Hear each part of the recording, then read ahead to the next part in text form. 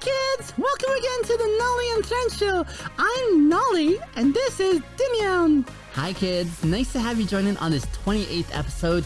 Today, Molly, have we got a show. In fact, it's going to be a two-parter. This episode and our next one, we're going to be talking over 2 episodes about our next theme, our next conversation. Ooh, are we talking about me?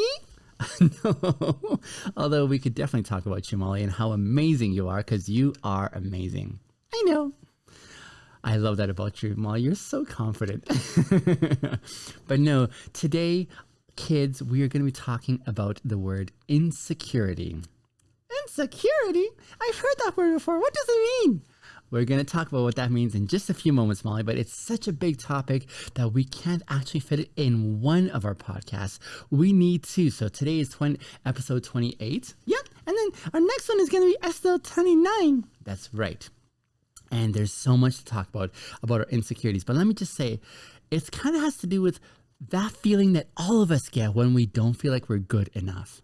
Oh, no, that's me. I don't... Okay, we'll talk about that in a second. But first, you know what we do, right, Vinny? I know what we do, Molly. Yes, we do our feelings check-in. Remind me again, why do we do a feelings check-in? We do a feelings check-in, Molly, because this is our way of practicing how to be honest with ourselves and how to make it okay with being honest with ourselves, because so many people, my dear Molly, don't feel comfortable being honest with themselves. And it's really important to be able to practice that and to make a space where we can practice how to be honest with how we're feeling. Because when we do that, we give ourselves one of the biggest gifts we can ever give to ourselves. And that is to say that we're okay just as we are. I like that because I think I'm okay. And I think that's because you and I talk about feelings a lot, don't we? Yes, we do. And when we talk about our feelings, Molly, we still accept each other for our feelings, right? Because sometimes we don't feel our best selves, and sometimes we might struggle with how we're feeling in the moment, and we don't think we're the nicest of people to be around or the most fun to be around. And so as a result, then we kind of like try to pull ourselves away. But when we talk about how we're feeling, especially when it's tough, then we make it safe for us to be able to say, you're fine, I'm fine, and I still like you just as you are. I like that. I'm about to cry. That's okay, Molly. It's wonderful emotional stuff, isn't it? It's a way of feeling really loved and cared for. When we make space for ourselves to be honest with how we feel, we're saying that we're okay. And then when others accept us on that basis, it's like our way of saying that you're special and you're good with me too. Okay. I'm going to change the subject so I don't keep crying. I want to tell you how I feel first. All right, Molly. How are you feeling in this moment? I'm feeling really loved and I'm feeling really safe. Ooh, I like those words, Molly.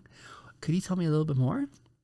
Okay, I feel really loved because you and I, we have a great friendship and we talk a lot and I feel safe talking with you about anything. That's really sweet, Molly. I feel the same way. I feel the same way because when we talk about how we're feeling, we're being honest. And as we're honest with each other, we have more trust. Yeah, trust. I like that. And we have more care. I like that too. We really do care, don't we? Kids, we care about you too, just so you know. We do. And that's why we do this podcast. We take time out of our day to be able to talk about these things and to have this connection with you because we care. That's right. And Molly usually finishes our episodes by saying, oh, I know. We say things like, you are kind, you are smart, and you are important. We say those things because we really believe them, don't we, Molly? And sometimes we just need to hear that kind of affirmation. Danielle, how are you feeling? I'm feeling really... I'm also feeling really loved, Molly, in this moment. I really appreciate what we're doing together, and I'm so grateful for you. I think I couldn't do this show without you. Is it because my name is on the show? Yes, it's because your name is on the show, Molly and Friends. And I love that your name's on the show because you are amazing. And I wanted our friends to get to meet you because, yeah, I think you're something special. You too. Thank you. My dear Molly, are you ready for a dad joke? Oh, yes! I got a dad joke for you all. It's kind of a deep one, so I have to explain it. Okay, let's hear it, Molly. Okay, are you guys ready? Here's the dad joke today. Which bear is the most condescending bear? Which bear is the most condescending bear? I don't know. A panda. Panda. Oh, like duh. I get it. A panda is the most condescending bear? Duh. That was a good one, Molly. I really enjoyed that one. Do you have another one for later? Oh, you betcha. I got another one for you guys. But first, here's our show. All right, we're going to talk about insecurities. Insecurities is another word that some of you might have heard, or you may not even heard of it. Maybe you've heard of it, but you don't even know what it means. What is an insecurity? What is an insecurity, Dinian? Well, Molly, an insecurity is the feeling that we get about ourselves that says, you're not good enough. Ooh, I have those feelings. I have those feelings a lot, actually. When I look at myself in the mirror sometimes, I look at myself and I say, I'm not good enough. I'm not pretty like some girls are. And sometimes I think that I don't look like I want to look. I see, Molly. Those are some insecurities that you're sharing. Thank you for sharing those. It's sometimes difficult for people to talk about their insecurities because they feel like if somebody hears all the thoughts that they have about how they're not good enough, that they're not going to be loved or cared for and that people are going to walk away. And I had so many of those when I was young. Really? But you seem so confident and you seem so aware of what you mean and what you look like and what you stand for.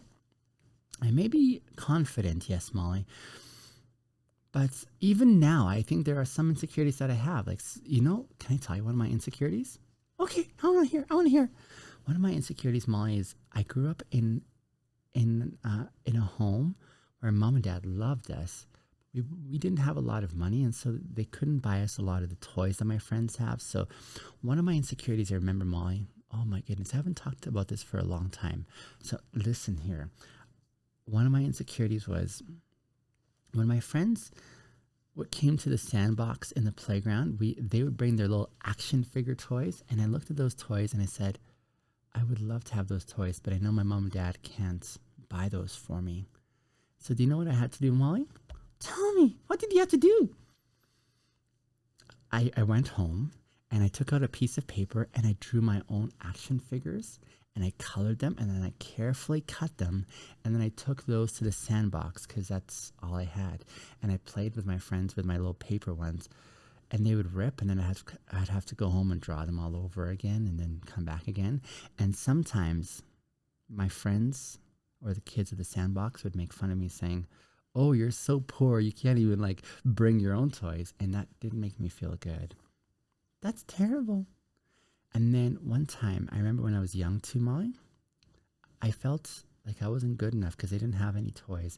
And one of the toys that I knew my friends had were these squirt guns. And they would run around the neighborhoods, playing water fights, but I couldn't play because I didn't have any and we didn't have enough money to buy them. So do you know what I did, Molly? What?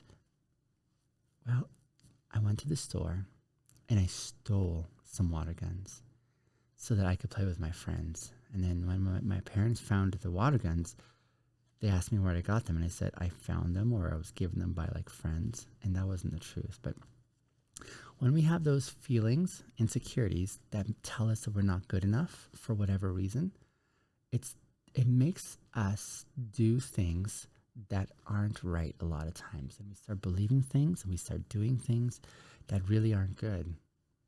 This is a really important topic, isn't it?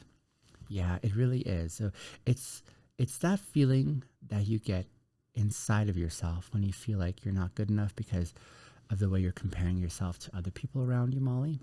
Or maybe it's because you wish you could experience something but you couldn't, And yeah, there's many ways that we all experience insecurities, but the important thing to remember is that all of us experience insecurities. Like every single one of us, including grown-ups, we all have insecurities. So this is a normal thing.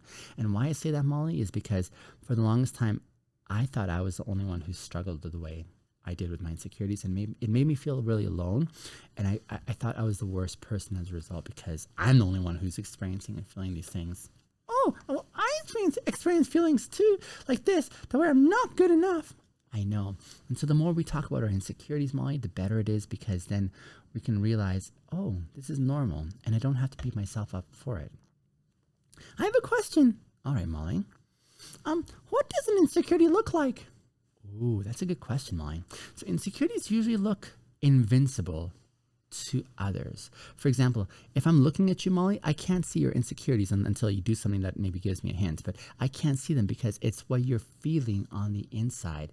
And you can't see my insecurities because I'm having it on the inside. So it's something that is kind of invincible to everyone else. And because it's invincible, we think we're the only ones that are feeling or thinking those things that we struggle with by way of not feeling good enough.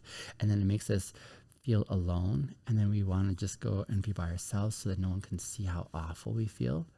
But one of the things that's really important to remember is that everyone has insecurities, even if you can't see them. Okay. And even when you can't see them, they're still there.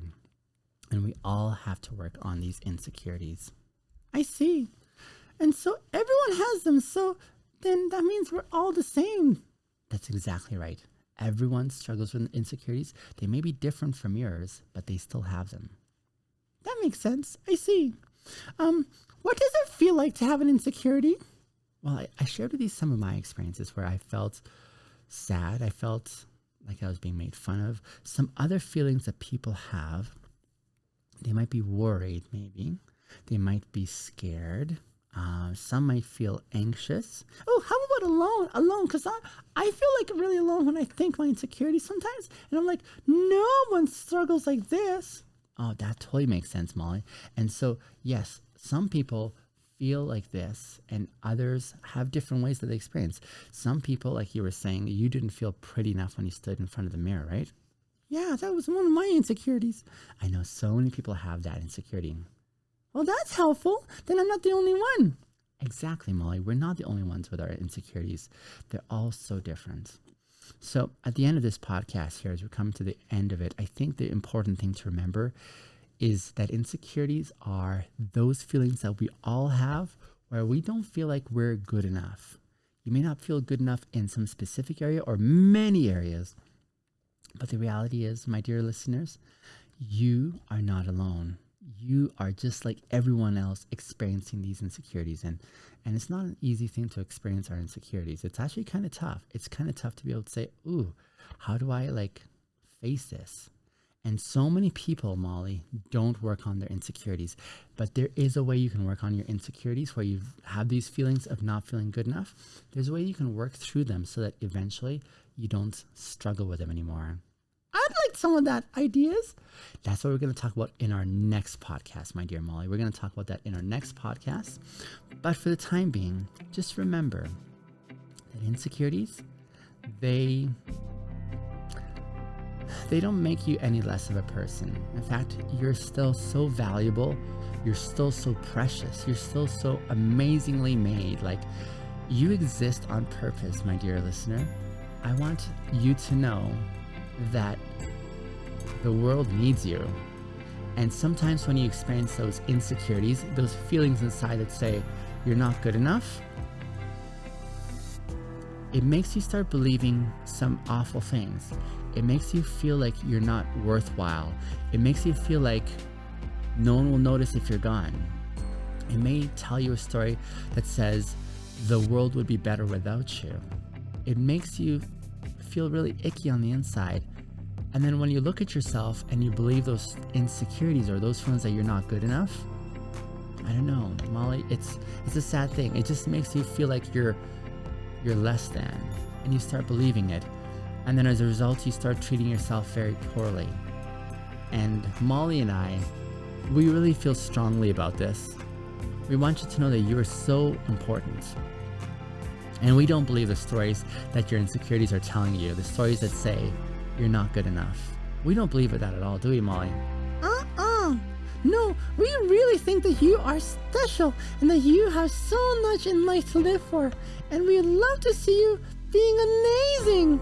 And that's why we're here. Because like I said before, you are smart. So smart. And you are kind. And you're so important to your mom and dad, to your friends, And to me and Daniel, you really are important to us. That's well said, Molly. I couldn't have said it better. And so that's why we do our podcast. We do our podcast because we want you to know that we make space for you this way to think through these things with us, because we want to see you doing a lot better in life. We want to see you growing up to be amazing people. We know you are, and we want to grow together. Molly, we'll have to save our joke for next time. Okay. Bye for now, kids. See you guys soon. I love you.